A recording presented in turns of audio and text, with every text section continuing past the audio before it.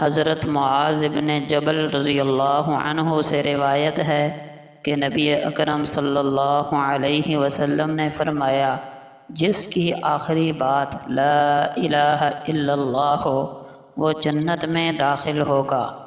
حضرت عبداللہ بن عباس رضی اللہ عنہ فرماتے ہیں کہ نبی اکرم صلی اللہ علیہ وسلم نے فرمایا، تمہارا رب بہت مہربان ہے۔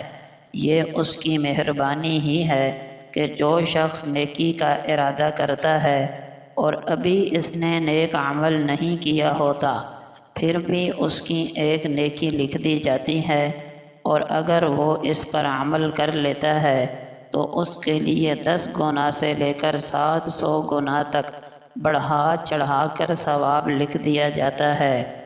اور جو شخص برائی کا ارادہ کرے لیکن برائی کا ارتکاب نہ کرے تو اس کے نامہ اعمال میں ایک نیکی لکھ دی جاتی ہے، اور جو برائی کا ارتکاب کر لے اس کے لیے صرف ایک ہی برائی لکھی جاتی ہے، یا اللہ تعالیٰ اپنی رحمت سے اسے بھی مٹا دیتے ہیں۔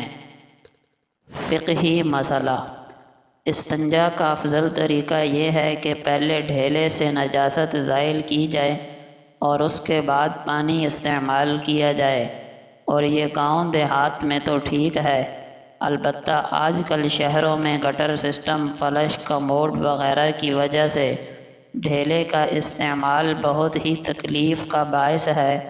ڈھیلے پھینکنے سے پانی اور گٹر کا رستہ بند ہو جاتا ہے، جو بہت ہی زیادہ سخت تعفن اور تکلیف کا باعث بنتا ہے۔ پھر ان کی صفائی میں بھی بہت دقت پیش آتی ہے، لہٰذا ایسے مواقع میں ڈھیلے کا استعمال ہرگز نہ کریں، بلکہ ڈھیلے کی جگہ ٹشو وغیرہ استعمال کریں، کیونکہ ڈھیلا استعمال کرنا سنت ہے۔ جب اس کا متبادل ٹشو وغیرہ موجود ہے تو ڈھیلوں سے اپنے آپ کو اور دوسروں کو مصیبت میں ڈالنا حرام ہے، اس لیے پہلے ٹشو پیپر استعمال کر کے پھر پانی کا استعمال کریں۔ ایک قیمتی نصیحت: دریا کے کنارے میں نے ایک فقیر کو دیکھا جس کو ایک چیتے نے زخمی کر دیا تھا، اور اس کا زخم کسی دوا سے اچھا نہ ہوتا تھا۔ عرصہ دراز سے وہ اس تکلیف میں مبتلا تھا، مگر ہر وقت اللہ کا شکر ادا کرتا تھا۔ لوگوں نے اس سے پوچھا کہ شکر کس بات کا ادا کرتے ہو؟ کہنے لگا، مصیبت میں مبتلا ہوں، نہ کہ گناہ میں۔